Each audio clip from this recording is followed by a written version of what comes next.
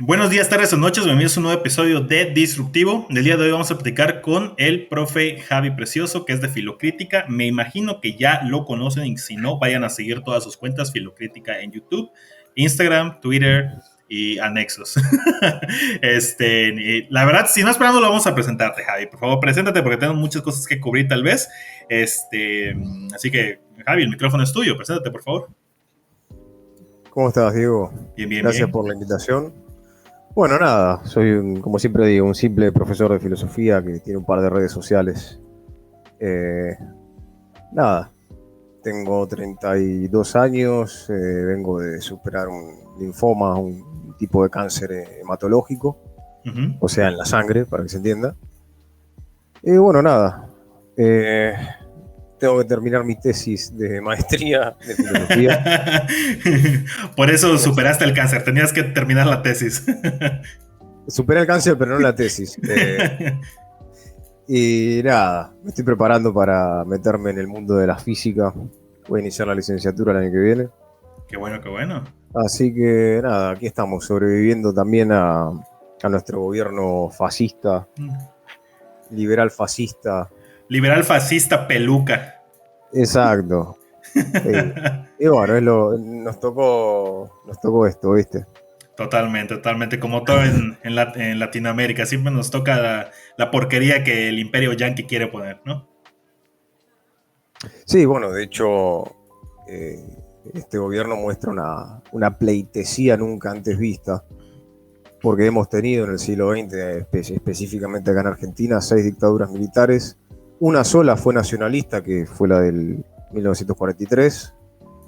El resto, todas sometidas a la oligarquía argentina, o la burguesía argentina, Uh-huh. y a Estados Unidos. Sí, sí, sí. De hecho, cuando ayer se cumplió un aniversario de golpe militar contra el gobierno de Perón, en el 1955, ese gobierno derroca a Perón, que se había negado a entrar al Fondo Monetario Internacional. Estados Unidos lo había invitado. Recordemos que el Fondo Monetario lo crea Estados Unidos junto con el Banco Mundial en 1946, justo exactamente un año después de la Segunda Guerra Mundial.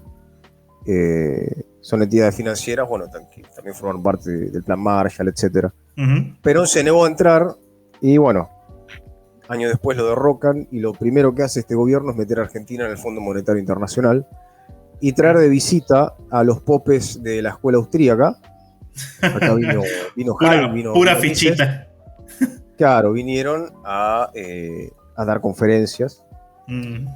en línea, obviamente, con la política económica de ese gobierno de facto. Pero bueno, eran gobiernos militares. Eh, este gobierno le regaló una base militar en el sur a la OTAN a cambio de nada. A cambio de nada, sí, sí, sí. Siquiera dirías, ok, lo cambió por, no sé, alguna planta, algún de procesamiento, no sé, algo. Claro, Fue, nada, no, aquí tiene, señor, no se preocupe. es como, bueno, necesitamos dólares, dennos algo. Menos algo, nada. Pero no, vino Richardson, la generala del Comando Sur de los Estados Unidos. Laura Richardson, ¿no? Se llama. Sí, sí, sí, Sí, Laura Simón. Richardson, que habló descaradamente el año pasado, o sea, sin ningún tipo de escrúpulo acerca de los intereses de Estados Unidos en la región, en lo que es el triángulo de litio, el petróleo. Y bueno, acá básicamente los recursos se los están regalando. Ahora con el nuevo régimen de inversiones, tenemos un régimen parecido al de algunos países de África, como Liberia Uh-huh. o Nigeria, donde, por ejemplo, si hay un litigio por los recursos, no sé, ahora la empresa Mekorot de Israel controla el agua de la provincia de Río Negro. Ok. Si llega a haber un conflicto entre las poblaciones, entre el pueblo y la corporación, por ejemplo, no sé, falta de agua, por escasez de agua, las nuevas leyes benefician a la corporación, o sea, van a fallar a favor de ellos. Claro. No importa si el pueblo en cuestión se queda sin agua o si, no sé, se queda sin recursos.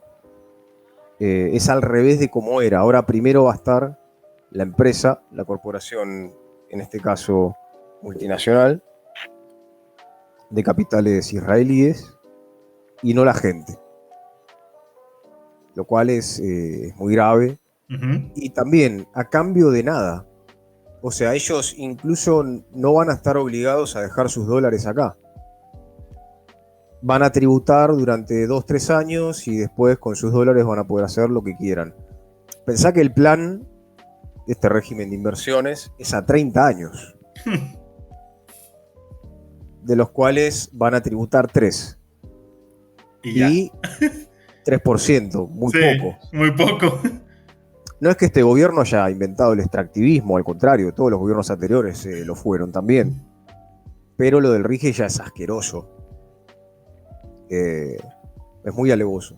Lo es Así que el nivel totalmente. de subordinación que tiene este gobierno con respecto a Estados Unidos, Israel, la OTAN y las grandes corporaciones capitalistas es algo que nunca vi. Mm. Pero bueno, en parte lo entiendo por al menos la ideología anarcocapitalista que profesa el presidente, porque es el único que lo reconoce. El resto, la verdad es que es una coalición entre liberales y nacionalistas de extrema derecha. Incluso algunos de partidos como el NOS, que son partidos ultranacionalistas, que reivindican el genocidio de la última dictadura militar Sí, bajo el plan que fue una dictadura enmarcada en el plan Cóndor.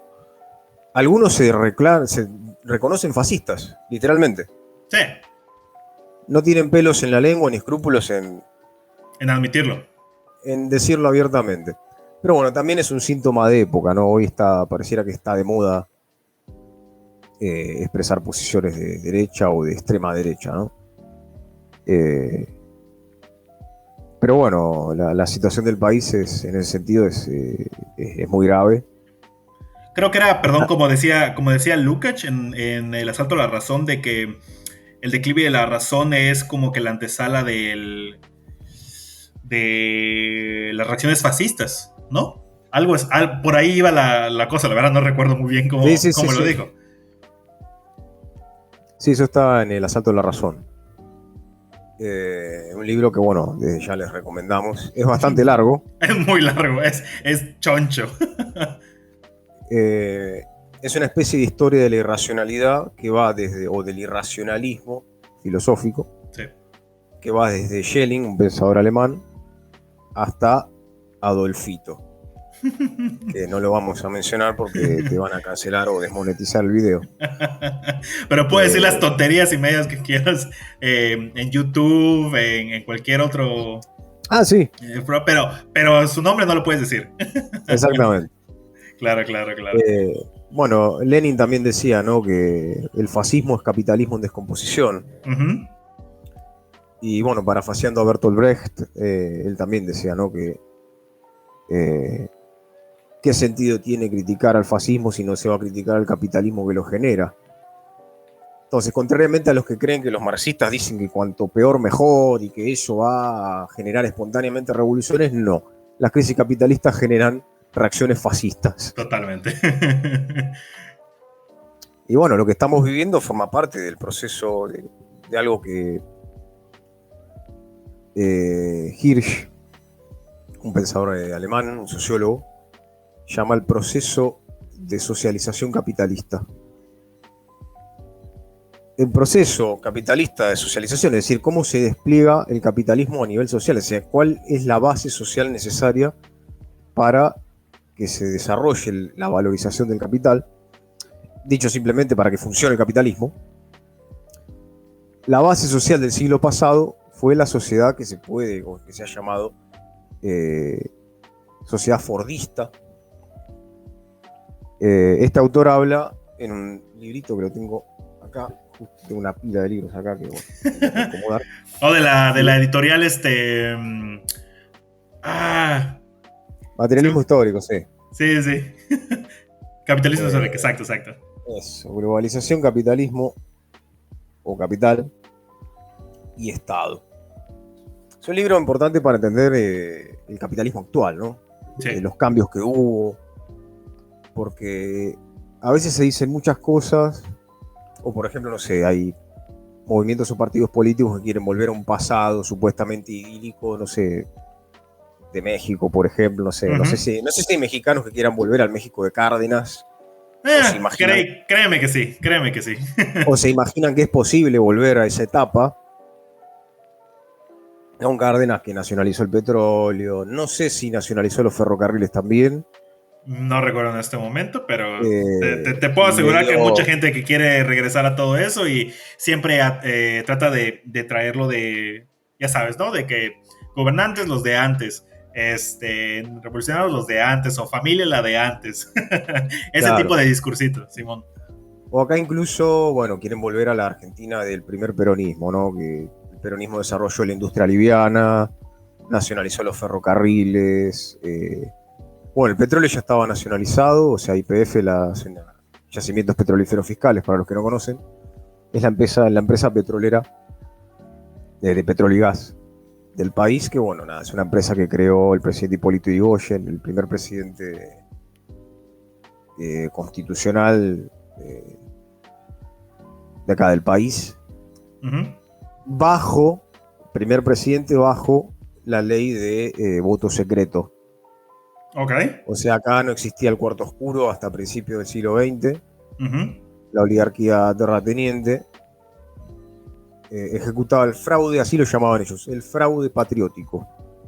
O sea, le hacían un favor, pensaban ellos, a la patria al establecer el voto cantado, las elecciones arregladas y fraudulentas, y bueno, ganaban siempre los mismos, que eran los hijos de los oligarcas, que bueno, se formaban en las instituciones a las que solo ellos podían acceder, porque la educación era solo para los ricos, solo para el hijo del terrateniente. Los pobres y los miserables no accedían a la educación secundaria ni terciaria. Sí había primaria, pero en aquel entonces solo, como mucho, se iba hasta sexto grado. Sí. Mi abuela tenía segundo grado, para que te des una idea. Sabía leer, escribir y sumar, restar y listo. Mi abuelo creo que llegó hasta sexto grado.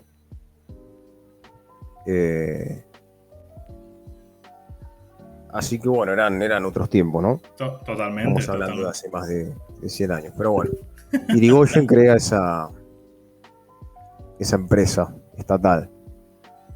Pero bueno, los tiempos de Perón son tiempos de un desarrollo fuerte del capitalismo argentino, que estaba completamente extranjerizado y primarizado. Sí. Esa Argentina primarizada, o sea, ¿a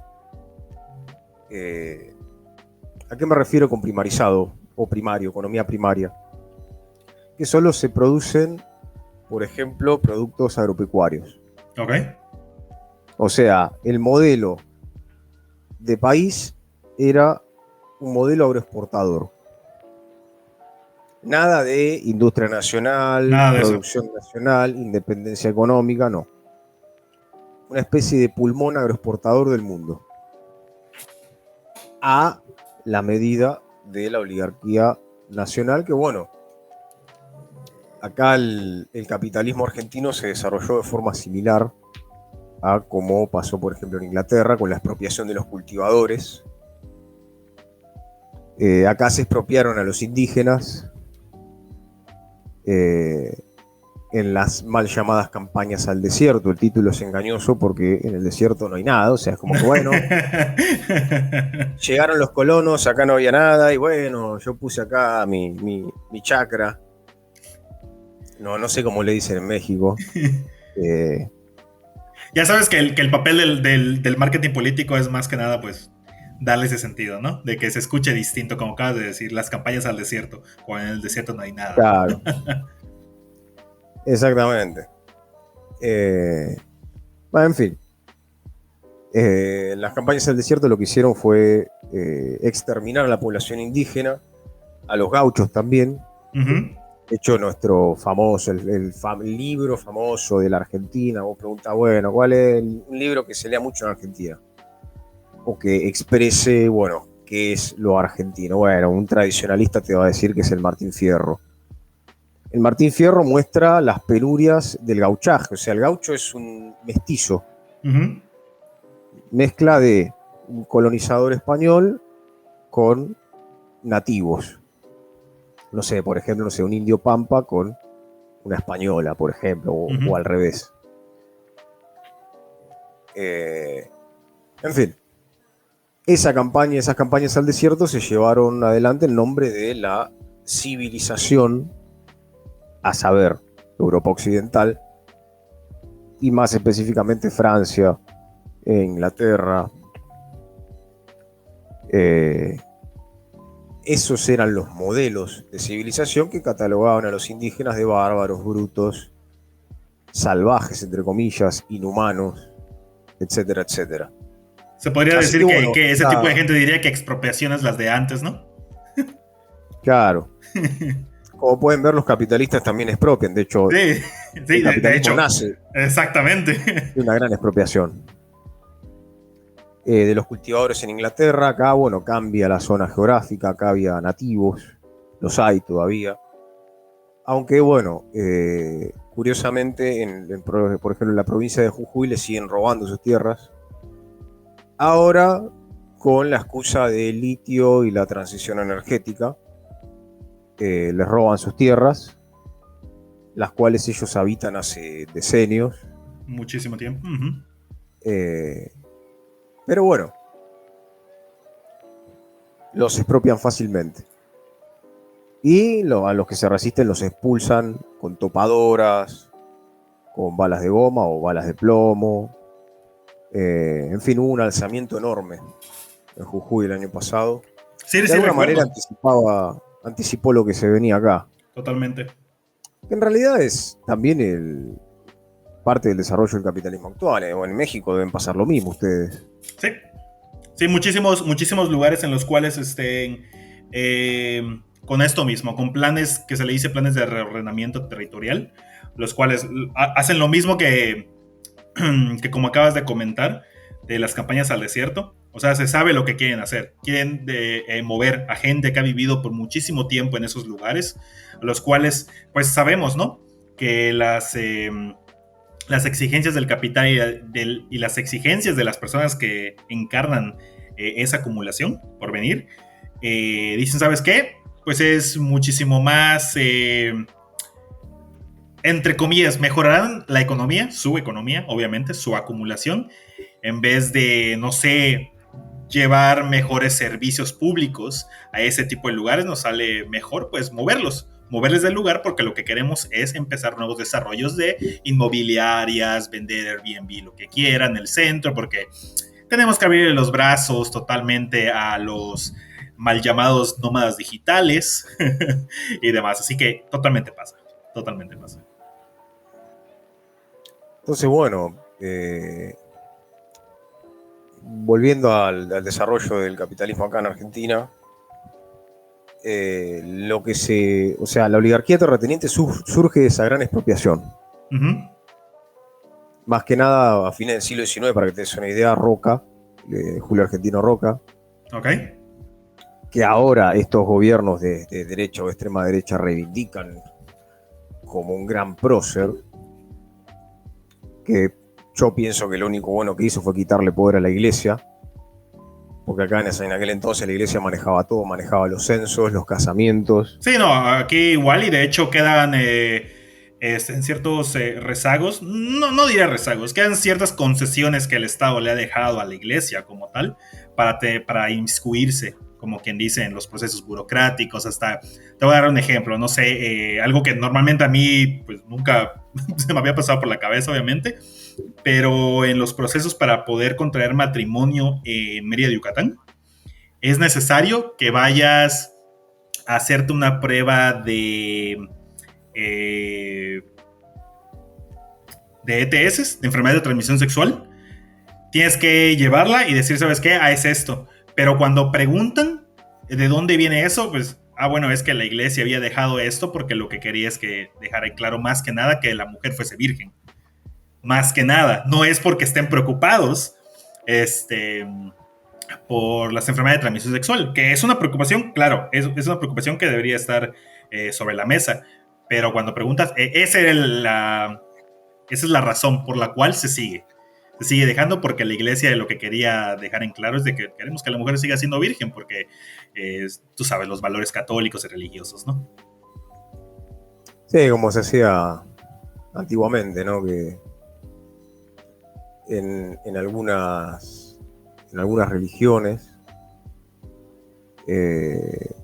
se buscaba certificar la virginidad de la mujer, ¿no? Totalmente, es una manera de la cual la iglesia trataba de certificar, y porque Mérida, Yucatán es un estado profundamente conservador y católico, que bueno, van de la mano.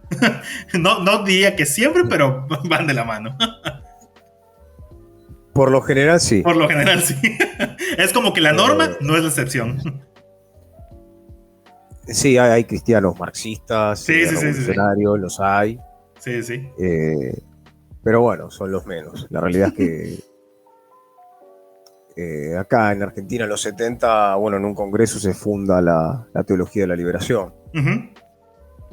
Pero bueno, los mismos intelectuales cristianos, en su mayoría católicos, que planteaban eso, o que leían a Porfirio Miranda, un libro clásico de aquel entonces que se llama Marx y la Biblia, que bueno, hace todo un análisis de esa cuestión. Tenías ese contraste, ¿no? Sacerdotes del tercer mundo o teólogos de la liberación que eran perseguidos por lo que, bueno, de lo que después fue la dictadura militar. Dictadura que también fue clerical, porque el alto clero, los obispos y demás, apoyaron el golpe. Entonces tenías curas que eran acribillados o desaparecidos, y curas que bendecían esas desapariciones. Pero en su mayoría sí. No, es un sector muy, hasta el día de hoy, muy, muy reaccionario. Sí, sí, sí. Pero bueno, retomando la cuestión, Roca fue uno de los artífices del establecimiento del Estado burgués argentino. El Estado burgués es el que garantiza el proceso de valorización del capital, el derecho de propiedad que permite que haya un intercambio entre poseedores y desposeídos, entre capitalistas y trabajadores, dicho simplemente para que se entienda, que garantiza la igualdad formal en el plano jurídico, etc. O sea, esta ficción que proviene de Estados Unidos, de un capitalismo sin Estado, no existe. No existe. No hay Estado sin capitalismo, no hay capitalismo sin Estado. Exactamente, porque el Estado es burgués. Sí. La trampa consiste en confundir la propiedad en general con la propiedad privada capitalista. O sea, la propiedad privada en general con la propiedad privada capitalista. El Estado en general con el Estado capitalista, burgués. El mercado en general con el mercado capitalista. Son dos cosas distintas. Siempre hubo mercado, pero no siempre fue capitalista, como lo vemos hoy. Pero bueno, en esa confusión se mueven los que plantean esta cuestión, ¿no? de ser anarquista, pero afirmar, sin embargo, un principio de propiedad, que lo más antianarquista que hay es afirmar algún tipo de propiedad. Ya lo enseñaba Proudhon, basta con leer qué es la propiedad. Él dice, hay una determinada formación económica de poseedores y desposeídos, le corresponde una formación política de gobernadores y gobernados. ¿Qué es lo que vemos hoy acá en Argentina? Bueno, en México supongo que pasará lo mismo. Para aprobar todas las leyes que necesitaba aprobar este gobierno. Un gobierno que ganó siendo una minoría. Ganó apoyado por los otros partidos de derecha, sí, como el PRO. El PRO se llama, para los que no conocen, Propuesta Republicana. La Unión Cívica Radical, que ya ni es ni unión, ni cívica, ni radical. Ni de radical no tiene un pelo. Sí. Lo fue en su momento, pero bueno, después se aburguesó, se convirtió en un partido más. Unión Burguesa Radical. Sí, les quedó el nombre. Le queda el Como a nombre. muchas cosas. Total. Como, no sé, al Partido Socialista Obrero Español, el PSOE, que hoy El ya PSOE. es socialista. Exacto, el No socialista tiene con un nada. pelo. Ya luego sacaron Sumar, antes era Podemos, es lo mismo. Claro. Bueno, al PRI en México supongo que le pasó lo mismo. De hecho, lo único que yo puedo recordar, porque lo escuché desde que era pequeño, cuando tomé unas cuantas clases en lo que era prepa, que tuve algunas pequeñas clases de historia en ese momento, no te voy a mentir, no estaba tan interesado en todo esto, obviamente. Pero recuerdo que el único que siempre mencionaban era Colosio, al que le dieron bala en una multitud y que decían que era el único que sí iba a sacar a México adelante, estaba con el PRI, que era el más revolucionario y que Salinas de Gortari fue el que lo mandó a desvivir y demás. Nah, o sea, no lo creo. Hubiese sido uno de tantos que iba a dar migajas a lo que era el proletariado, un socialdemócrata a lo mucho tal vez, que estaba dentro del PRI, o sea, no pasa de eso. Seguimos teniendo socialdemócratas hoy, oportunistas, centristas, no era como que la gran cosa. El nombre es lo de menos ya en el PRI. Claro. Sí, bueno, Roca es el fundador, volviendo al punto, de la Argentina oligárquica. Uh-huh. Los miembros de la incipiente en aquel entonces Sociedad Rural financian la campaña al desierto. Roca pone los soldados del Ejército Nacional a su servicio y bueno, les entrega las tierras robadas a los indígenas, se las entrega por un par de monedas y esas tierras se las reparten entre miles de millones de hectáreas entre un puñado de familias que se estipula que son 1000 nada más, que componen la actual sociedad rural argentina.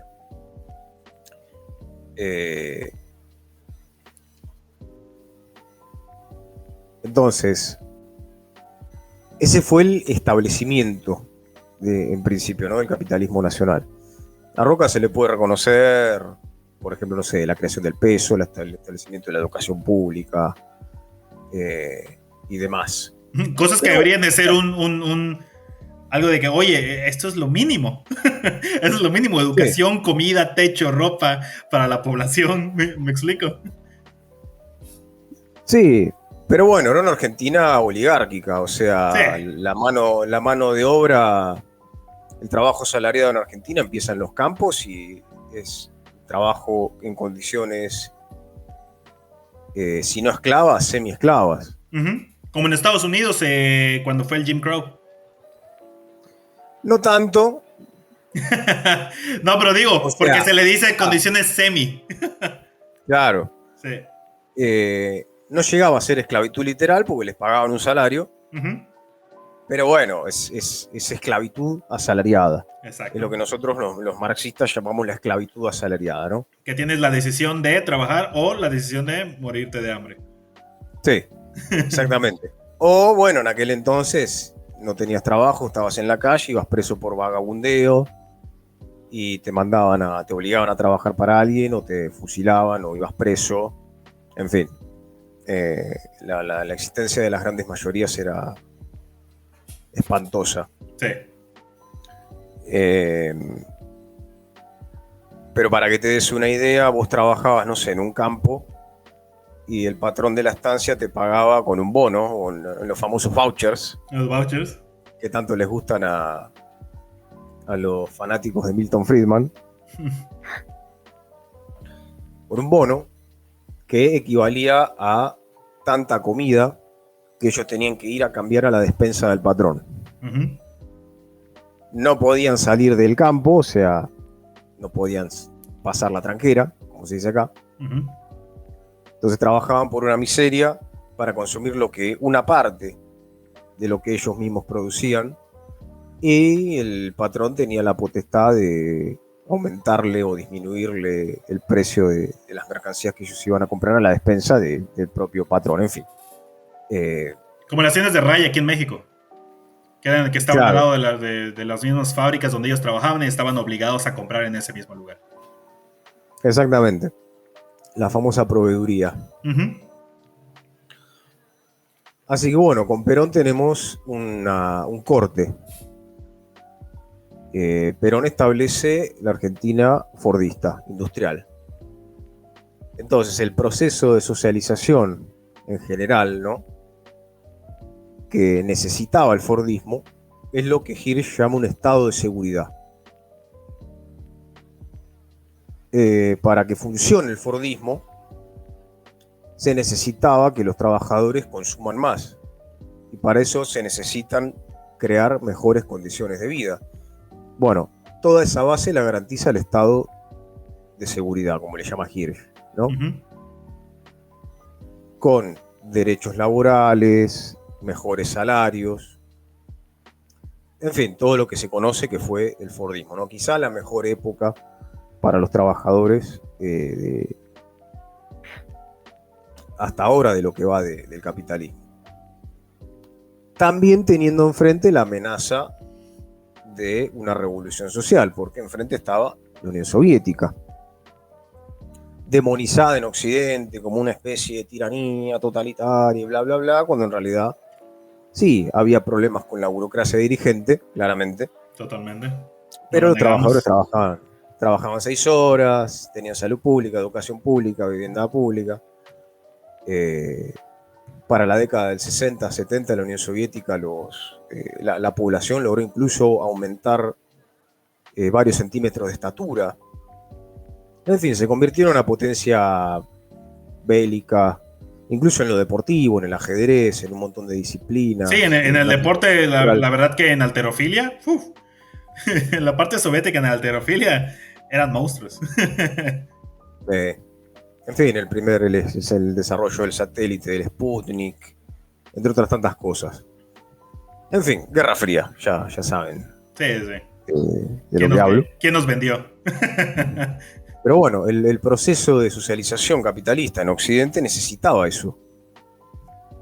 Ahora, cuando entra en crisis ese modelo, más que nada con la crisis del petróleo y también debido a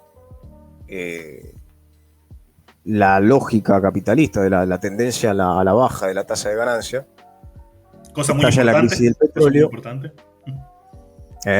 Cosa muy importante. Claro.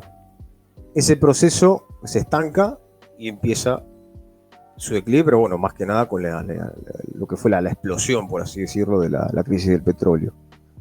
Y bueno, esa gran crisis, ¿a qué dio lugar?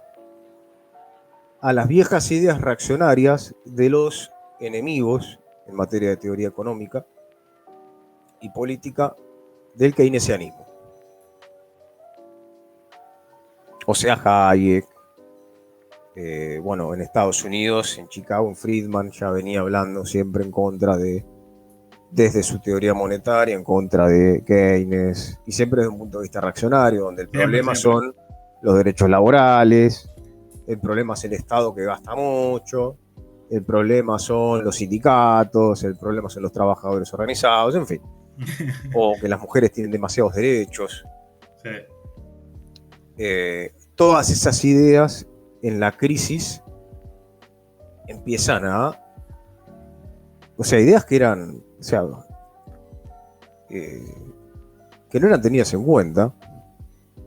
Pensemos que cuando Hayek publica un libro espantoso, como todos sus libros, que se llama Camino de Servidumbre, el libro que inspiró a Thatcher, tan querida por los británicos, Thatcher, tan querida, cuya tumba se ha convertido en un inodoro, pero bueno, tan admirada por nuestro presidente, admiradísima, es lo peor, que en nuestro caso, en la guerra de Malvinas, bueno, ella es una criminal de guerra. Déjame decirte que en la parte liberal he escuchado muchísimos liberales en los cuales dice, sí, pero pues fue la primera mujer ahí. O sea, sí, pero ¿qué estás diciendo? Eso no importa, de eso no estamos hablando. Pero bueno. Entonces, el Estado burgués lo que tiene que hacer siempre es tratar de que el sistema se mantenga. Uh-huh. O sea, de que siga funcionando el capitalismo. Porque si no, el mismo Estado, ¿qué sentido tiene? Se viene abajo también. Exacto. Entonces, se retroalimentan. ahí vienen los procesos de ajustes, o de la mal llamada austeridad, donde, como pasó en la crisis del 2008 en Europa, por ejemplo en España, con los desahucios, donde la gente le quitaban sus casas, o acá en Argentina el corralito, que los bancos, el Estado estableció una medida de límite o de restricción a el retiro de dólares de los ahorristas. Eso terminó por aniquilar ese gobierno, por suerte. Pero siempre en las crisis se desemboca, iba a decir. De alguna manera se desenmascara esta... se vuelve de modo más claro la lucha de clases. Okay. Esta puja del capital o esta guerra del capital contra el trabajo, donde, bueno, se descarga la crisis sobre los hombros de la clase trabajadora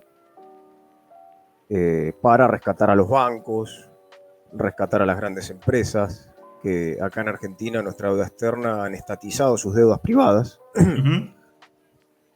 Pareciera que son, con sus cosas, son muy, muy capitalistas, pero con sus ganancias son muy capitalistas y muy defensores de la propiedad privada capitalista, pero con sus pérdidas son bastante socialistas. Les gusta socializarlas y compartir las pérdidas, sus deudas con el común de la población, ¿viste? Son seres muy generosos. Sí, obvio. Así que, y todo para que la maquinaria vuelva a restablecerse, los bancos vuelvan a tener solvencia, el Banco Central vuelva a tener reservas, y así sucesivamente.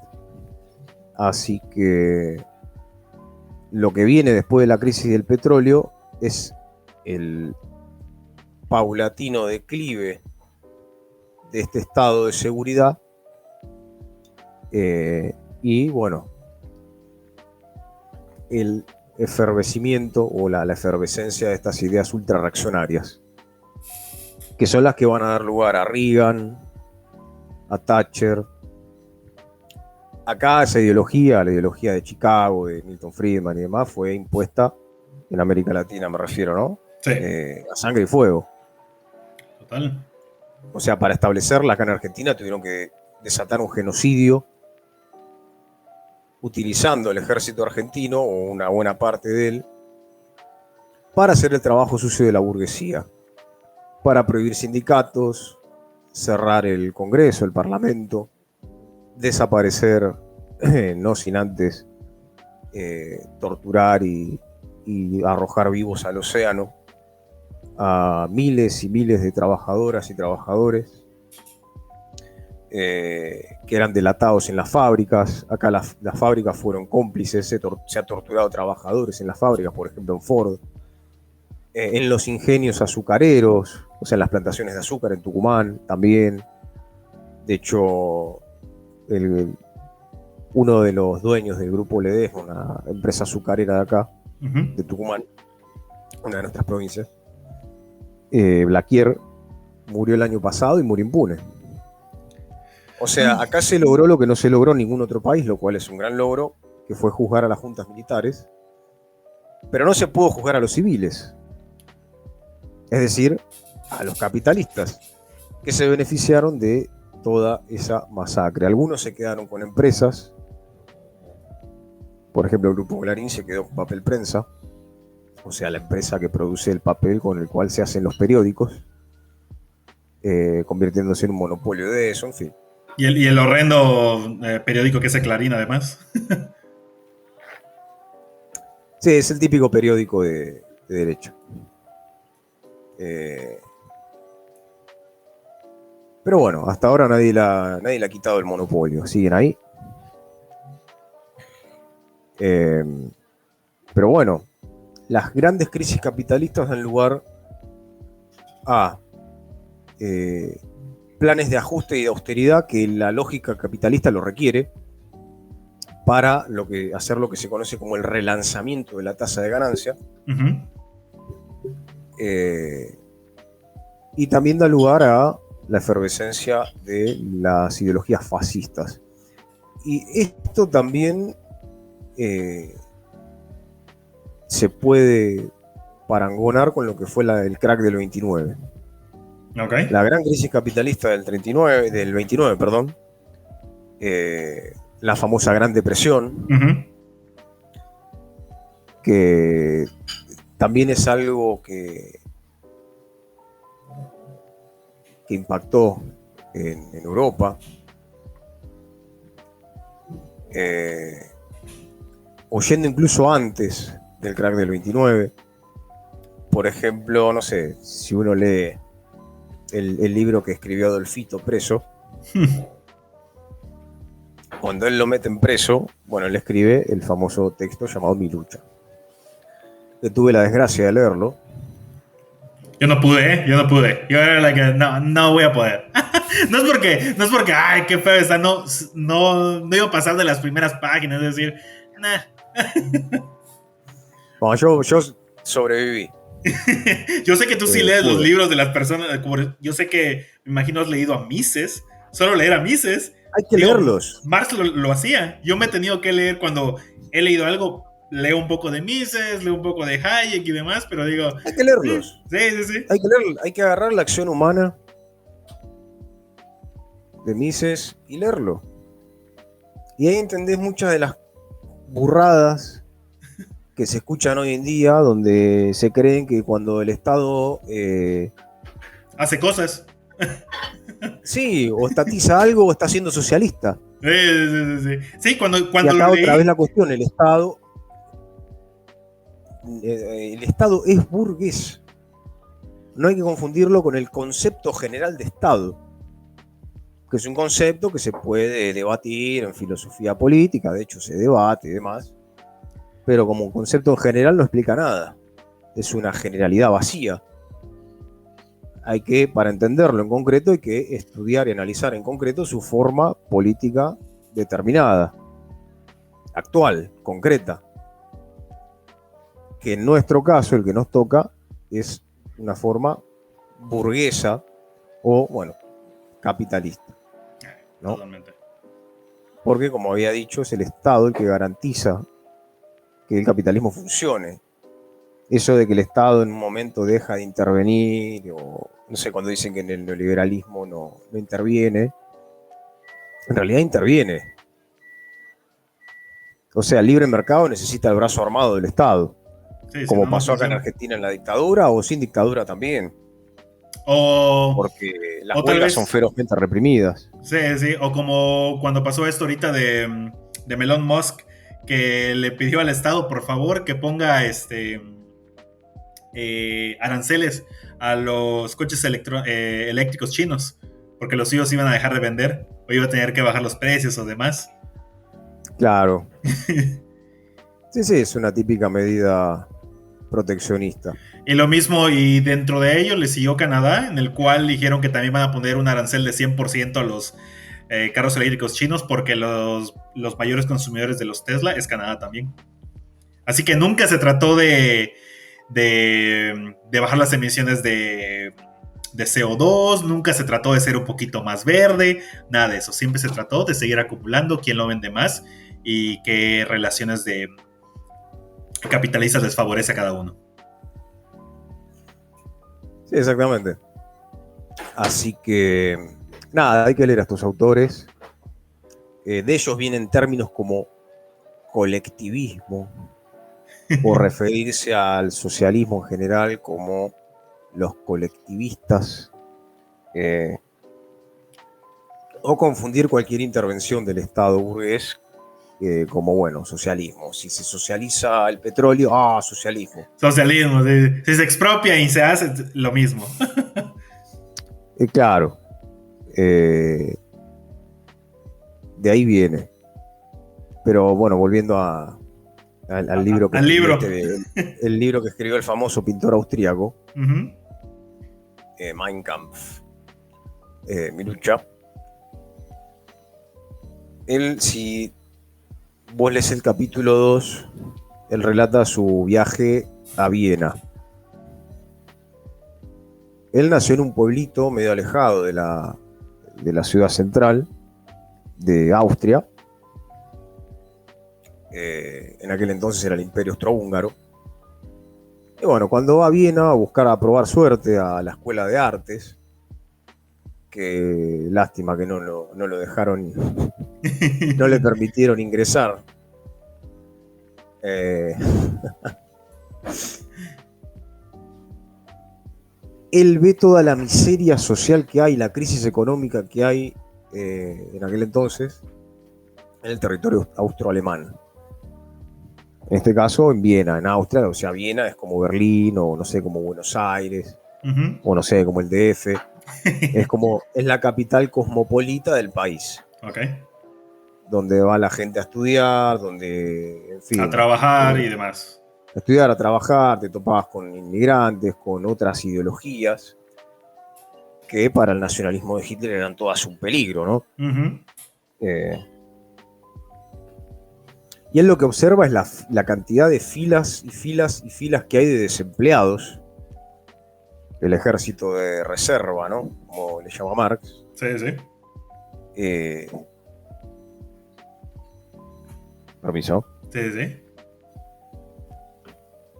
Observa una pobreza gigantesca y bueno, igual él incluso también lo cuenta, en fin, como decimos en Argentina, se cagó de hambre.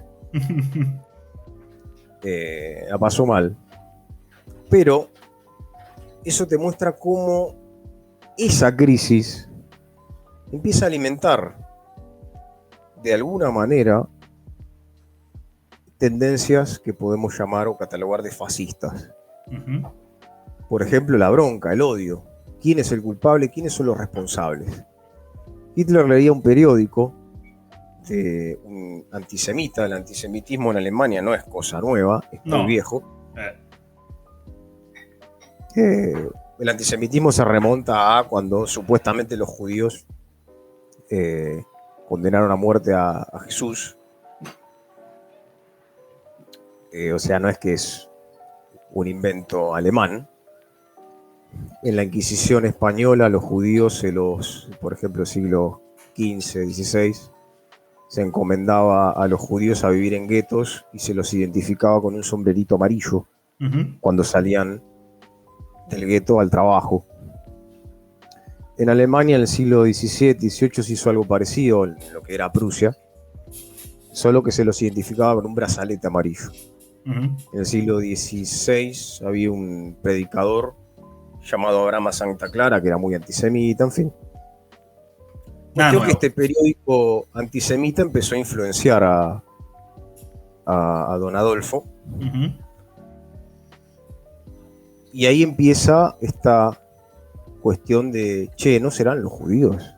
Sí, empezar a crear el otro, el problema es el otro, crear un enemigo. Aparece un enemigo, que en este caso él lo dice, apenas llega a Viena, lo dice, vos si lees léanlo si quieren, el capítulo 2, ahí empieza, apenas llega a Viena vi dos grandes peligros, el judaísmo y el marxismo.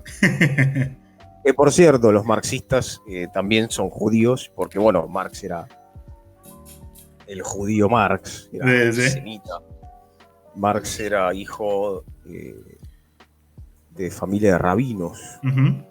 Más de 400 años de tradición rabínica. De hecho, el padre de Marx se llamaba Herschel Marx Levy. Pero bueno, para poder trabajar en Prusia, el rey de Prusia los obligó a los judíos a convertirse al protestantismo. Por lo tanto, se cambió el nombre a Heinrich, o sea, Enrique. Enrique. Marx, y el Levy desaparece. Y Marx pasa a ser Karl Marx, a secas. Carlangas para los cuates. Bueno, claro. El padre, bueno, un judío converso. Y bueno, el padre ya se dedicó a la abogacía, tenía un hermano que sí que fue rabino. En fin. Estas ideas empiezan a aflorar en tiempos de crisis. Y bueno, la explicación que encontró él dentro de su... No sé si llamarla locura. Delirio, locura. Claro, pero el antisemitismo se volvió algo tan común que lo profesaba gente como Eichmann, no como decía Hannah Arendt de Eichmann, que no era un monstruo, era un tipo X. Si vos lees Eichmann en Jerusalén, ella estuvo ahí en el proceso de juicio contra Eichmann, que se fue acá, se escapó con un nombre y un pasaporte falso, Ricardo Clement se llamaba, y se vino acá a la Argentina. Estuvo creo que trabajando 10 años en una fábrica, si mal no recuerdo, era la Chrysler, hasta que lo encuentran y obviamente lo secuestran y lo llevan a Israel. Deberíamos decir Palestina. Exactamente. Para ser juzgado en Jerusalén. Y bueno, según el juicio de Arendt, no vio un monstruo, vio un tipo que cumplía, digamos, con su trabajo. Pero bueno, eso ya es una cuestión más compleja concerniente al análisis de procesos sociales y demás. Y habría que estar de acuerdo con el juicio de Arendt también, ¿no? Pero bueno, había un antisemitismo efervescente en aquel entonces, y en medio de toda esta crisis, esas ideas empiezan a tener dónde calar, dónde ir a parar. Y es ahí donde aparecen teorías de conspiración, como en aquel entonces la teoría de la conspiración mundial de los judíos, que la habrás oído escuchar de algún antisemita o algún político de derecha o de extrema derecha, ¿no? Esta teoría o esta creencia, este mito de que los judíos están detrás de la banca. Y esta famosa teoría de conspiración de que en realidad no hay ni izquierda ni derecha, que son todos títeres manipulados por manos que se esconden, que no se ven, ¿viste? Tras bastidores. Sí, sí. Y son los judíos pactando entre ellos y haciendo que los países se peleen y demás. Y en este caso, bueno, es el judío el que perjudica al pueblo alemán, el que le chupa la sangre a los trabajadores alemanes, y que quiere destruir la nacionalidad a través del marxismo y demás. Y bueno, hoy estas teorías volvieron en forma de fichas con la teoría del marxismo cultural. Ya no se habla de los judíos, ahora son los comunistas que quieren destruir la supuesta civilización occidental, sí, sí, a la familia y por extensión a la humanidad toda. Como dijo nuestro presidente en un programa de televisión, o sea, lo dijo. Es un delirio. Pero bueno, nada. Es normal que en crisis capitalistas esto se produzca. Y acá en Argentina, bueno, pasó algo, salvando obviamente las distancias y las grandes diferencias. Podríamos decir que pasó algo similar, porque si no hubiera habido una gran crisis política, o en general en el mundo, porque las derechas se están asomando en todos lados. Exactamente. O sea, no es más que la expresión de la putrefacción de este sistema. El hecho de que esté Meloni en Italia, un casi neonazi en Hungría, más que nada en Europa del Este. Y creo que acaba de ganar después de muchísimo tiempo el primer partido de ultraderecha en Alemania. Claro, alternativa para Alemania. Exacto, eso. Vaya alternativa. Como si no la hayan ya la hayan utilizado. Bueno, pero puede volver, puede funcionar de nuevo. Sí, sí. O sea, acá volvieron las viejas políticas de los 90. O la política económica de la dictadura. El plan económico de Mussolini era de corte liberal. Porque eran los liberales y los conservadores en coalición los que apoyaban a Mussolini. Fue el monarca, el rey de Italia, el que le dio su visto bueno a Mussolini, Víctor Emanuel III. De hecho, esta cita la saqué el tomo 17 de las obras completas de Mussolini, en italiano. Además, donde Mussolini dice lo siguiente: en economía somos declaradamente antisocialistas. Yo no me arrepiento de haber sido socialista, dice Mussolini, porque obviamente él lo fue en un principio, pero debido a sus ideas de extrema derecha, fascistas y ultranacionalistas, lo expulsaron, lo echaron del partido, obviamente. Él fue expulsado del Partido Socialista debido a sus ideas belicistas a favor de la Primera Guerra Mundial, sus ideas ultranacionalistas, en fin, empezó a él mismo chocar con el partido y lo expulsaron. Y crea los famosos fasci di combattimento, ¿no? Estos escuadrones parapoliciales de combate, con los que de a poco va a ir escalando hasta llegar a la toma del poder, luego de la Gran Marcha sobre Roma, etc. Pero él reconoce, hay un discurso famoso, el Discorso all'Augusteo, de, si mal no recuerdo, el 7 de noviembre de 1921. Ahí él dice, ¿no? En economía somos declaradamente antisocialistas. Yo no me arrepiento de haber sido socialista, bueno, he cortado puentes con el pasado y no tengo nostalgia. No se trata de entrar en el socialismo, sino de salir de él. En materia económica, somos liberales. En materia económica, siamo liberali, lo dice. Porque sostenemos que la economía nacional no puede estar aferrada o supeditada a entidades colectivas y burocráticas.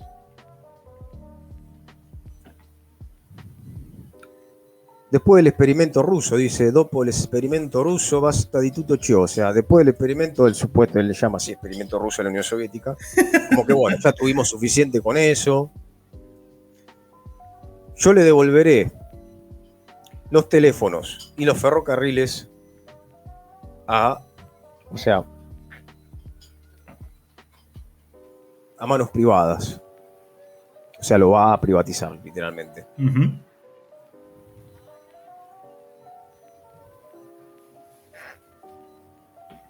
En fin, esta es una cita. O sea, él mismo lo dice, en materia económica somos liberales.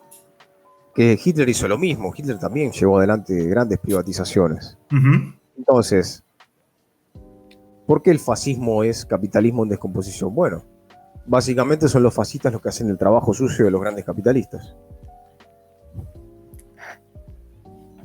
Ahora, en nuestro caso, sin dictaduras militares, como nos pasó en América Latina en los 70,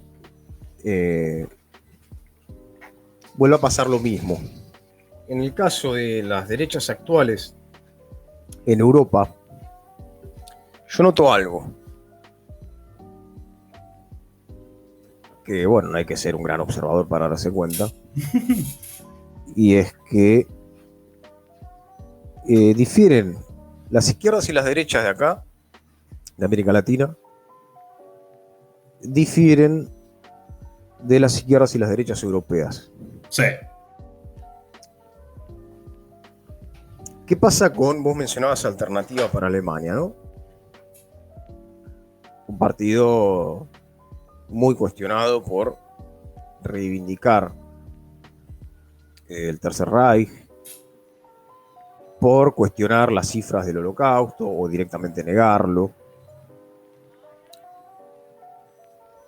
Alternativa para Alemania tiene un fuerte peso en lo que es Alemania Oriental. Recordemos que Alemania Oriental tuvo su periodo socialista con la RDA, la República Democrática Alemana.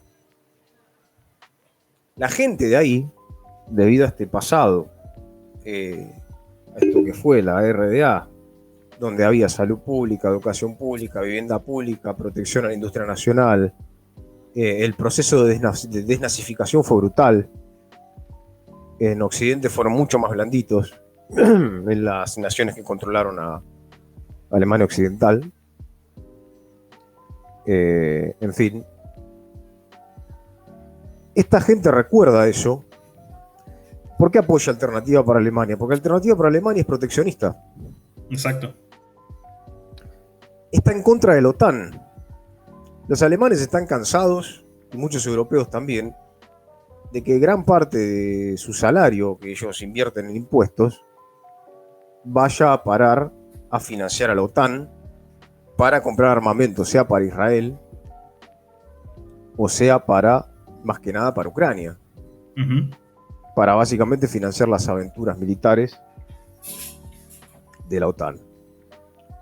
Entonces, eso explica parte del apoyo. La prédica proteccionista, la prédica antiglobalista, o sea, Está bien, es una salida por extrema derecha, es horrible. Porque ¿qué va a pasar con las minorías, por ejemplo? Por darte un pequeño ejemplo. Los fascismos siempre surgen como reacción frente a una minoría. En su momento eran los judíos. Hoy es, por ejemplo, no sé, la comunidad LGBT convertida en una especie de, otra vez, ¿no? Una teoría de conspiración, una especie de entidad que maneja los hilos. Ahora aparece este concepto que viene también de Estados Unidos, que es lo woke. Y que dicen que es una agenda y demás. La Agenda 2030 y que van a homosexualizar a la población, en fin, la teoría del marxismo cultural homosexualizante. Podríamos poner caballo homosexual de las montañas de fondo. Claro, el caballo homosexual marxista de las montañas. Pero que lo cante Felipe y Pablo Borda, si no, no. Exactamente. Envaselinados.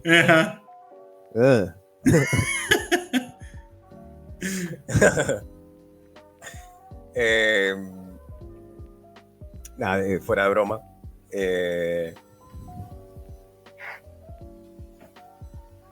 Entonces, básicamente ese es el apoyo que reciben algunos partidos nacionalistas de derecha. Giorgia Meloni ha denunciado la política criminal que tiene el colonialismo francés en África. Es triste que alguien de extrema derecha lo haga, pero lo cierto es que las voces de izquierda están bastante no ausentes, sino opacadas.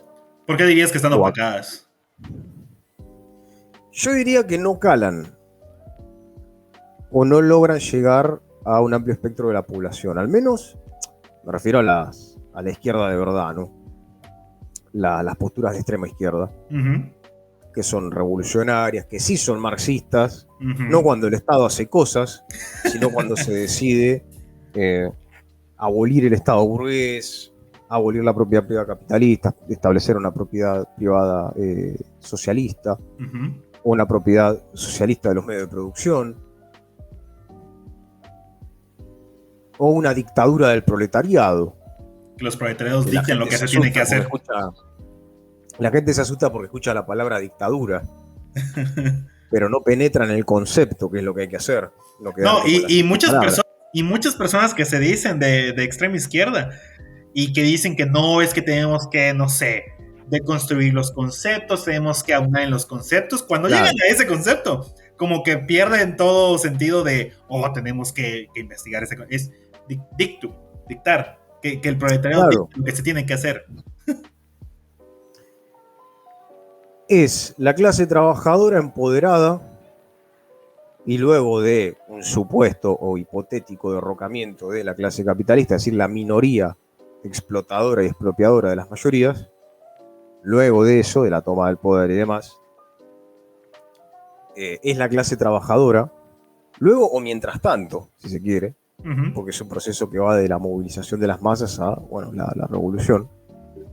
Movilización no en el sentido solamente de que están en la calle ahí agitando o haciendo barricadas, sino organizándose en asambleas, tomando decisiones. Bueno, es eso. Es una democracia obrera, donde la clase trabajadora hace las veces del poder ejecutivo y legislativo, por lo tanto dicta las normativas. En ese sentido es una dictadura y no en... en el sentido que las ideas de... Una minoría con bayonetas o con ametralladoras obligando a una inmensa mayoría indefensa a hacer lo que ellos quieren. Con una planeación consciente de la economía nacional, etcétera. Exactamente. Etcétera. Que bueno, la experiencia soviética, por ejemplo, quizá ayudó a reforzar ese imaginario por el hecho de que depende de la visión que tengamos de lo que fue la Unión Soviética, por nombrarlo la Unión Soviética. Total. La dirección de la revolución pasó a manos de una burocracia dirigente a la cual no te podías oponer. Donde hubo, ahí sí, una separación en lo que es el manejo de las cuestiones de lo que fueron los soviets, las asambleas de obreros, a la burocracia dirigente. Pero bueno, esa es otra historia. Acá lo que padecemos es la dictadura Acá lo que padecemos es la dictadura del capital disfrazada de una democracia burguesa amputada. Total. Donde, bueno, esta falsa dicotomía entre los wokes o los progres, acá, bueno, vamos a trasladarlo a nuestra jerga porque woke, y eso es... El problema con esas categorías es que son muy de los Estados Unidos y para entenderlas bien hay que comprender la tradición política de Estados Unidos. En la tradición política, que alguien se diga libertario en Estados Unidos, ellos automáticamente entienden que es un capitalista que propone un capitalismo basado en la propiedad privada individual y en la ausencia de un Estado que administre la cosa pública. O sea que la cosa pública, lo que se conoce como la política, la administren los individuos entre ellos y que se arreglen. Y que nadie te puede venir a decir, no, no alimentes ese oso. ¿Y vos quién sos para decirme que no le dé comer al oso? Yo soy un especialista en osos. Soy zoólogo, estudié, fui a la universidad. ¿Y vos quién sos para decirme a mí lo que yo tengo que hacer? Ahora le doy de comer. Es lo que pasó en Grafton. No fue ningún zoólogo a advertirles que no les den de comer a los osos, pero bueno, en Grafton fueron un grupo de libertarios. Entre grandes comillas. Los libertarios de verdad son los anarquistas anticapitalistas. Pero bueno, Murray Rothbard reconoce en un libro que se llama La traición de la derecha norteamericana que ellos le robaron el término a la izquierda y se lo apropiaron, apropiándose también de otras banderas, que quizás es un mérito de la derecha haber logrado capitalizar esas banderas que son nuestras. La crítica a la globalización o la antiglobalización. Pero obviamente la versión por derecha de la crítica a la globalización es la versión de un nacionalismo reaccionario que se cree que su país puede desarrollarse aislado del resto y con una cultura nacional propia, auténtica, etc. Un chauvinismo, ¿no? Un chauvinismo americano. Sí, y obviamente xenofóbico.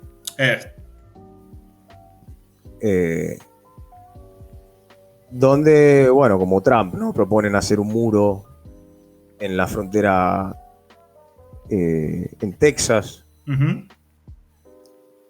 Yo cuando hablan del muro me río porque son todos los territorios que le robaron a México históricamente, ¿no?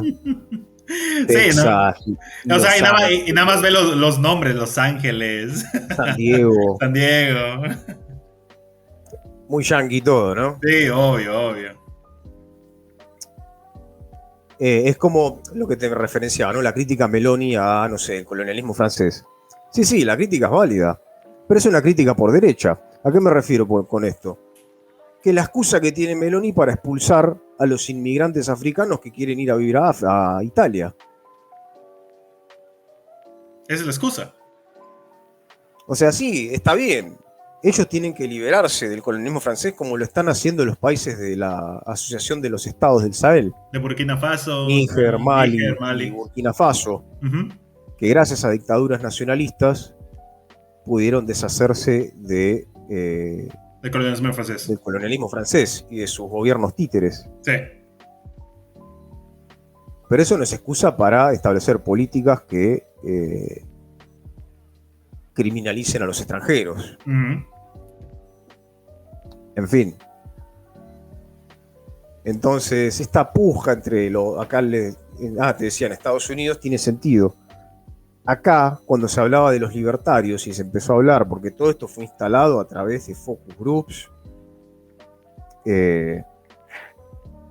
y de fundaciones, las famosas organizaciones no gubernamentales, las ONGs, a través de think tanks, o sea, lo que los yanquis llaman tanques de pensamiento, que lo que hacen es instalar una ideología, sí, valiéndonos del ejemplo del tanque, a fuerza de bombardear a la población con ella. Y de esa forma es con ese tipo de think tanks fue con la que se impuso la ideología del neoliberalismo, cuando fue los Chicago Boys y demás, si no estoy mal.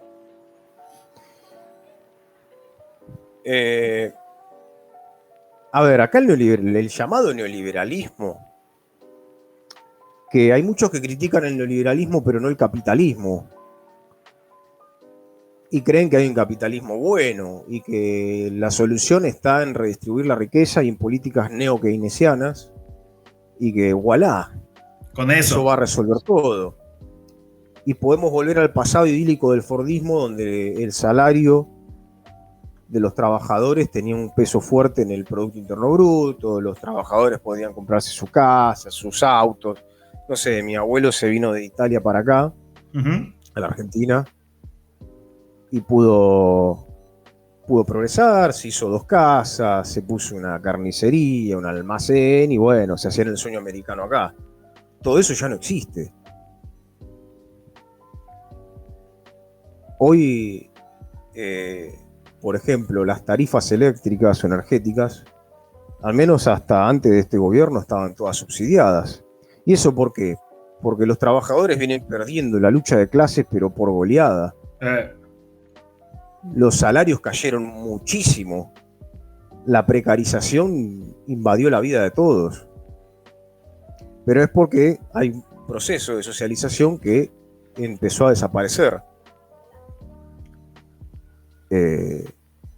Y eso explica la precarización actual, las crisis, el auge de las ideologías de extrema derecha, donde, bueno, acá en América Latina hubo, en algunos países, no todos, lo que se llama el ciclo progresista. Que los yanquis dirían, bueno, el ciclo woke. Donde a través de la intervención del Estado, bueno, se redistribuyó la riqueza en Argentina sobre una base social que fue destruida. Porque lo que hicieron la dictadura, la última dictadura militar, y después el menemismo en los 90, que Menem llevó adelante, o sea, se sometió plenamente al consenso de Washington y a las políticas de achicamiento del Estado, privatizaciones, ajustes, despidos masivos, todo con la intención de relanzar la tasa de ganancia. Acá en Argentina hubo una hiperinflación antes de Menem y una crisis feroz. Y bueno, después de esa gran crisis viene el ajuste. Y lo que hizo Menem fue privatizar todo, destruyó la industria nacional, se privatizaron empresas estatales a precio de regalo, el Estado se hacía cargo de los despidos, se hacía cargo de las indemnizaciones, de las deudas de las empresas y las vendían a cambio de títulos de deuda externa argentina. Las empresas ya en el 82, en plena dictadura, estatizaron sus deudas privadas. En 1992, el ministro de Economía, Domingo Cavallo, uno de los ídolos de Milei, se juntó con Nicolás Brady, que en aquel entonces era el secretario del Tesoro norteamericano, y pactaron canjear dólares a cambio de la privatización y venta de empresas estatales. Y así fue que se privatizaron los ferrocarriles. ¿Qué hicieron los capitalistas? Al capitalista le interesa ganar. No le interesa beneficiar a la población a contrapelo de lo que creen los liberales, que sí, que lo hace porque es un benefactor social y en pos de su supuesto interés y egoísmo privado va a beneficiar mágicamente a la población. No. Vació la empresa, o sea, vaciaron los trenes, se cerraron miles de ramales, quedaron pueblos fantasmas en todas las provincias del interior. De 35.000 kilómetros de vías férreas quedaron 8.000.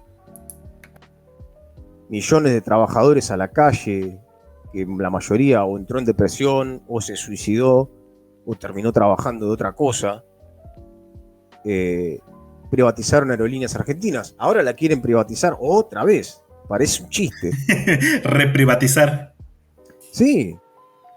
O sea, se privatiza y se privatiza mal, y se estatiza y se estatiza mal, y se reprivatiza y se reestatiza y así. El tema es que por cada crisis capitalista, está bien, se sale del pozo a la larga, pero la recuperación es mucho menor y las crisis son cada vez más profundas. Sí. Es muy difícil recuperarse. Aerolíneas Argentinas la privatizaron, la compró Iberia, la empresa estatal española. La vaciaron. Nos dejaron con un solo avión. La tuvo que rescatar, adivinen quién, el Estado.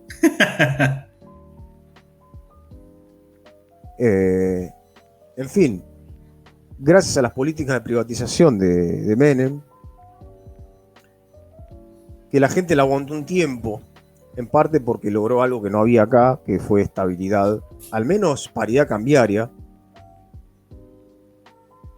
a cambio de que fue a pactar Cavallo con el secretario del Tesoro norteamericano, a cambio de mantener lo que se conoció como el 1 a 1. Por cada dólar de reserva del Banco Central se emitía un peso argentino.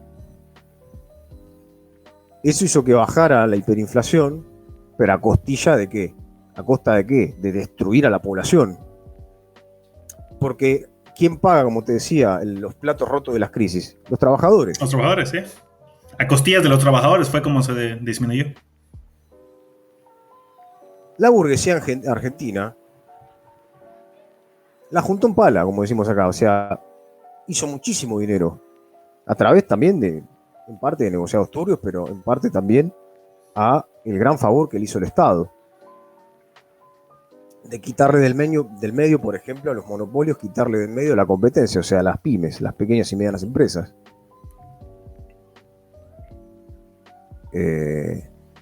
En fin, se hiperconcentró mucho más la riqueza. Sí. Se aumentó la desigualdad social. Y a partir de los 90 tenemos una pobreza estructural que se tiene que cambiar, pero con políticas muy profundas, del 25% aproximadamente. O el 20%, depende del periodo. Ahora estamos en un 60-70%. Ahora lo de ahora es criminal.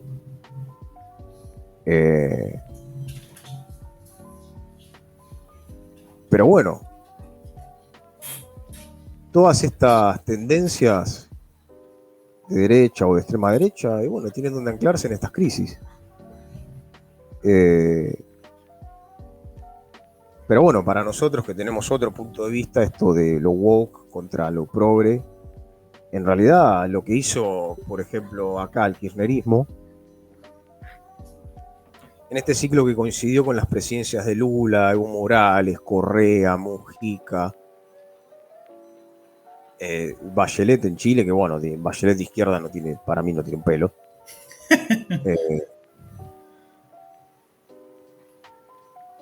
Y otra vez en Argentina, luego de una crisis feroz, donde, ojo, así como hay auges fascistas, también hay auges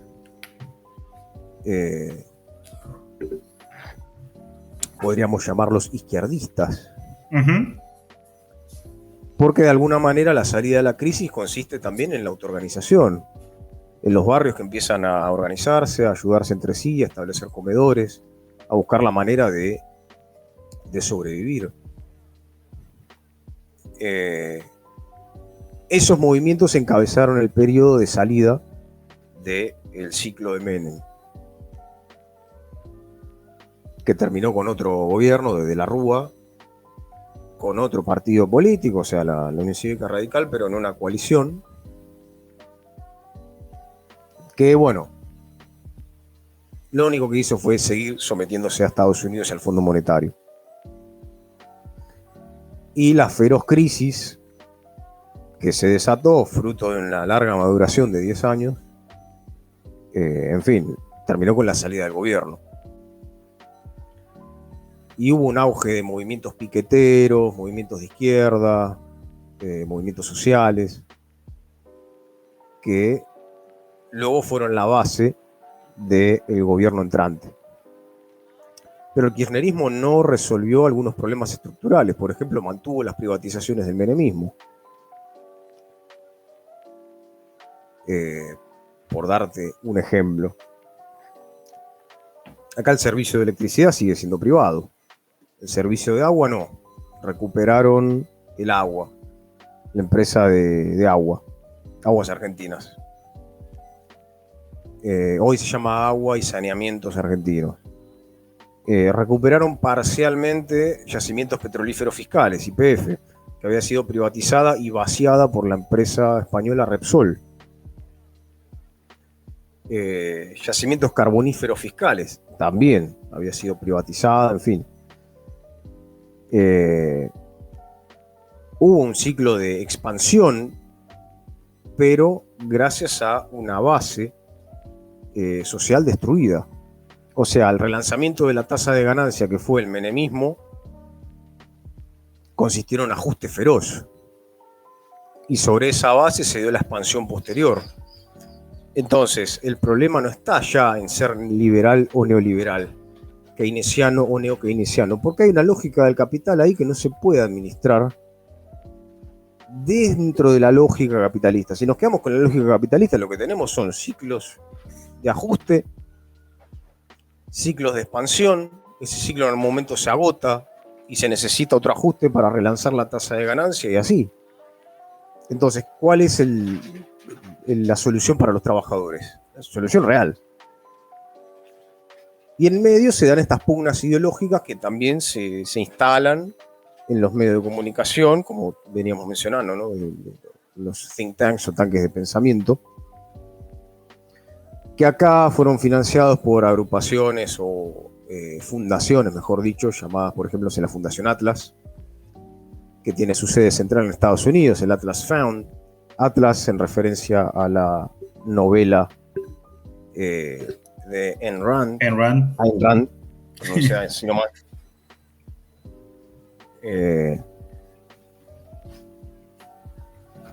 Una novela muy bizarra, donde muestra a los empresarios como una minoría discriminada, casi como si fueran los judíos, y que bueno, que luchan contra el Estado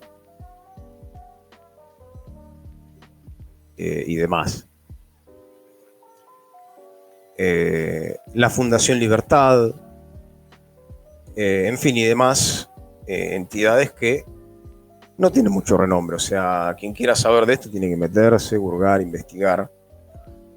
Y bueno, la instalación de esta ideología, que como decía proviene de Estados Unidos, uno de sus padres es Rothbard, que es una mezcla del monetarismo de Milton Friedman con la escuela austríaca, etc.,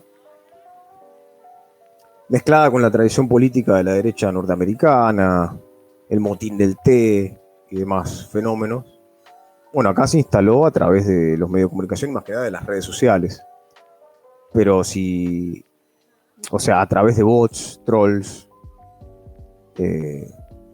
Pero si vos te centras en la figura del actual presidente, bueno, es un presidente que nace del pulmón de la burguesía argentina y que fue puesto en el prime time en los canales de televisión por uno de los dueños de un gran canal de televisión de acá de Argentina, que es el Canal América, que era su patrón. Y lo puso para correr por derecha al gobierno de derecha de Macri. Y bueno, así fueron creando el personaje y bueno, la gente votó lo que había. A lo que es hoy. Con nuestra amputada democracia. O sea, el voto no expresa, como muchos creen, la conciencia real o social de la gente que va a votar. Porque esta falsa democracia, o mal llamada democracia, en cuanto a la participación, bueno, se reduce a que un ciudadano va, vota y se vuelve a la casa. No sabe quién vota, no suele saber quién es. No vamos a estar. No vamos a estar inmiscuidos en las decisiones posteriores, cómo hacerlo, nada de eso. Claro.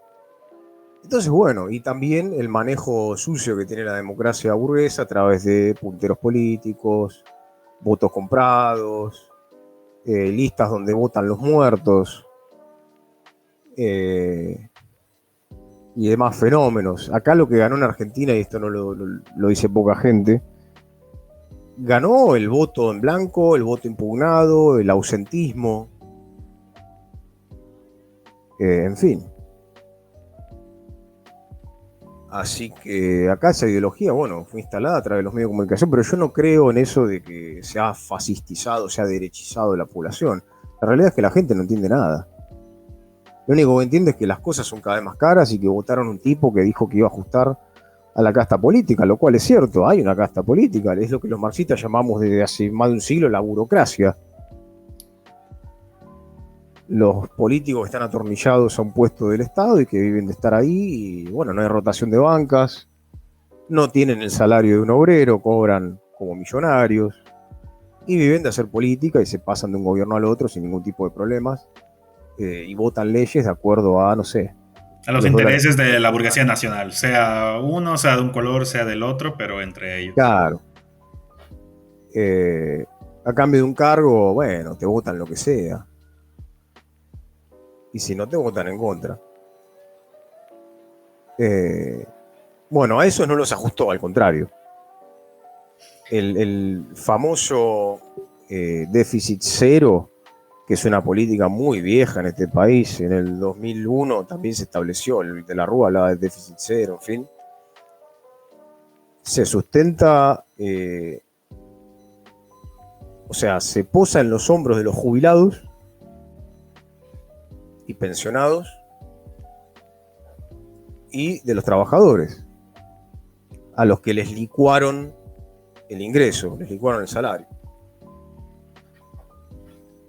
Así que la cosa es más compleja que lo wow o lo progre y lo... Sí, creo que son maneras, son conceptos que se sacan de del culo para poder como que poner detrás de background todo este tipo de relaciones tan complejas que hay que al final del día pues son tendencias reales. Sí, son cosas reales. Pero no superan la lógica del capitalismo. No. E incluso los llamados progres creen que pueden volver a la Argentina industrial de tiempo del Fordismo, cosa que ya no es posible, y que tampoco era idílico en aquel entonces, también había escasez de dólares, en fin. O que se puede resolver todo con una simple redistribución de lo que nosotros llamamos la plusvalía, que le llega solo al sector registrado. Eso también genera bronca en el sector no registrado, o sea, conflicto entre trabajadores porque creen que los trabajadores que están registrados y que ganan mejor o están en blanco, no sé, tienen ciertos privilegios. En realidad son los derechos que tendrían que tener todos, pero bueno. Totalmente. ¿Cuáles serían, en tus palabras, obvio, cuáles serían los puntos a destacar que tú crees que debería tomar la izquierda radical para poder presentar? Digo, lo sabemos, ¿no? Hay libros, hay cientos, pero quiero escuchar de ti, de cuáles serían los puntos a destacar en cuanto a presentar un verdadero desafío ante este tipo de relaciones capitalistas que existen hoy en día, tanto en Argentina, hablando de América Latina, obviamente. Sí. Sí, bien, a ver, la izquierda está en un impasse desde, pienso yo, ¿no? Desde mi punto de vista, desde la disolución del bloque soviético, la restauración capitalista en China, que en realidad es una restauración parcial.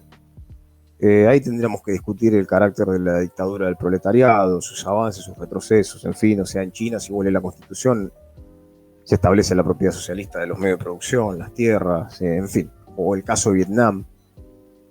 El caso de Vietnam, que no se habla demasiado, pero es el caso de Vietnam. No se habla de Vietnam. En fin. Pero bueno, la izquierda marxista, leninista, trotskista, etcétera, está en un impasse desde la caída del bloque soviético. La disolución.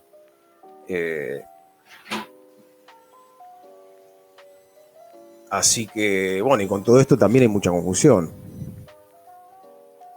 No solo por la confusión que el discurso de las nuevas derechas instala, de que cualquier cosa que haga el Estado es socialismo, o esta estupidez de que los nazis eran socialistas, cuando en realidad el nazismo fue un populismo racista de extrema derecha. Cuando quieren les saben a los conceptos, cuando no. Cuando no les conviene. Y la base económica de ese proceso fue capitalista y tuvo el apoyo de los capitalistas, de IBM, de Hugo Boss, en fin. Pero bueno, la salida está en seguir fortaleciendo alternativas de izquierda que planteen una alternativa a este sistema y que se mantengan independientes. Acá en Argentina, bueno, tenemos... La independencia política creo que es algo de lo que normalmente los partidos que se autoproclaman de izquierda no toman en cuenta. Y sí. Acá tenemos nuestro frente de izquierda, que es marxista, leninista, trotskista. Bueno, el trotskismo es una corriente históricamente perseguida dentro del marxismo. Más que nada por el estalinismo, en fin, otra historia. Pero bueno, han logrado cosas importantes, al menos acá en mi país. Primero, tener un frente de izquierda unido, a pesar de las diferencias o de las reyertas que pueda haber, o las internas. No todos los países pueden jactarse de tener un frente de izquierda de estas características, porque en Francia tenemos el nuevo Frente Popular, pero es un frente electoral. Y además tenemos la peculiaridad de que la izquierda europea apoya, por ejemplo, a la OTAN. Apoya a Ucrania, que Estados Unidos convierte a Ucrania en un estado títere plagado de neonazis para desestabilizar esa región que forma parte de sus intereses, ¿no? O incluso gente que se dice de izquierda y apoya el genocidio del Estado de Israel. Sí. Pero bueno,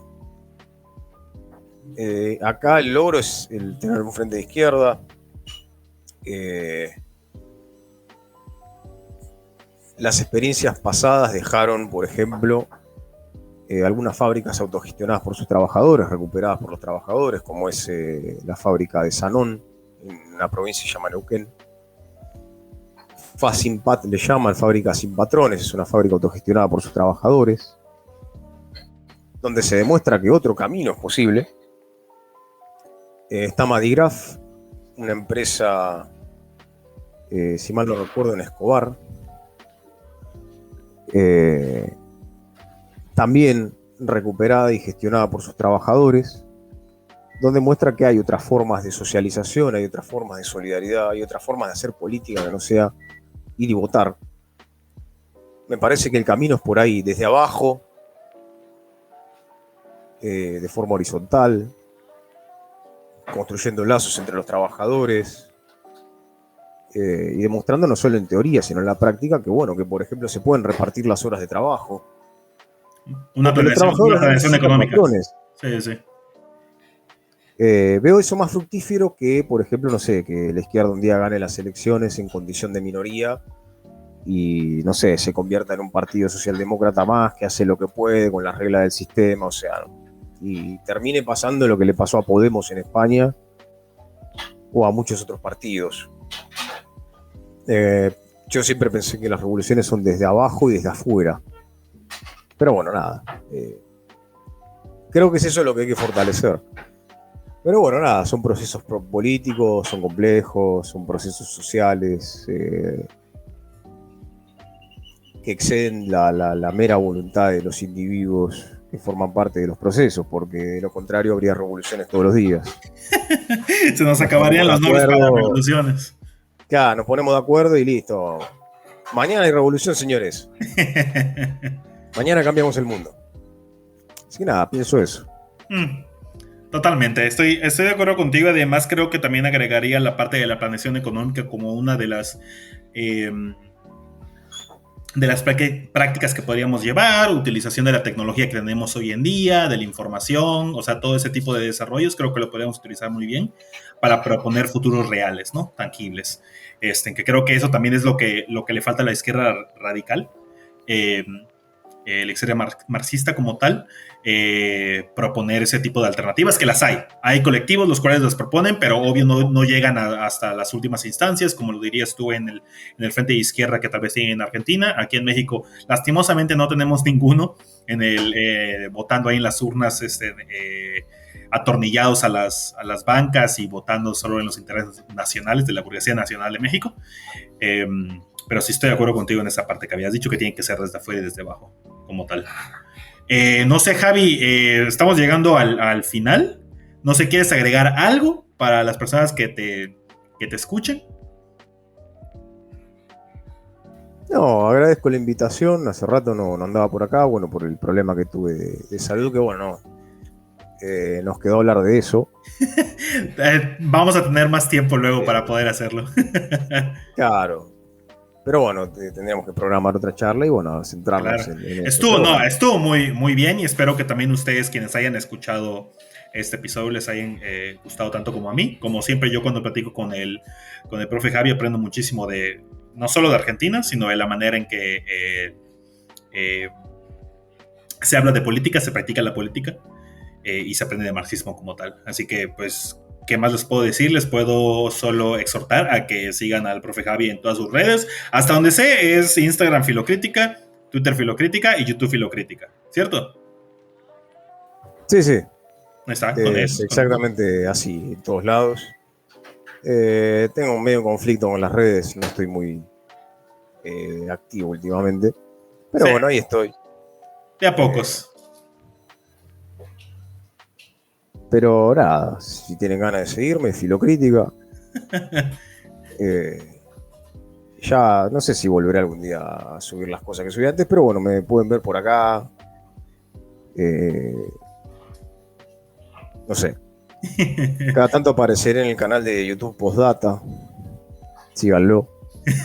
Muy Un canal de bueno. streaming autogestionado por sus propios trabajadores que no vivimos de eso, nos dedicamos a otras cosas, pero bueno, tiene sus buenos programas. Bueno, cada tanto aparezco por ahí. Y si no, Muy me tienen bueno. en Instagram, que es donde estoy más activo. Perfecto, perfecto, Javi. Pues bueno, muchísimas gracias. Espero que hayas disfrutado esta charla igual. Y a todas las personas que nos escuchan, saben que pueden apoyar este proyecto compartiendo, comentando, escuchando. Ya lo saben. Muchísimas gracias. Tengan bonito día, tarde o noche. Nos vemos en otro episodio.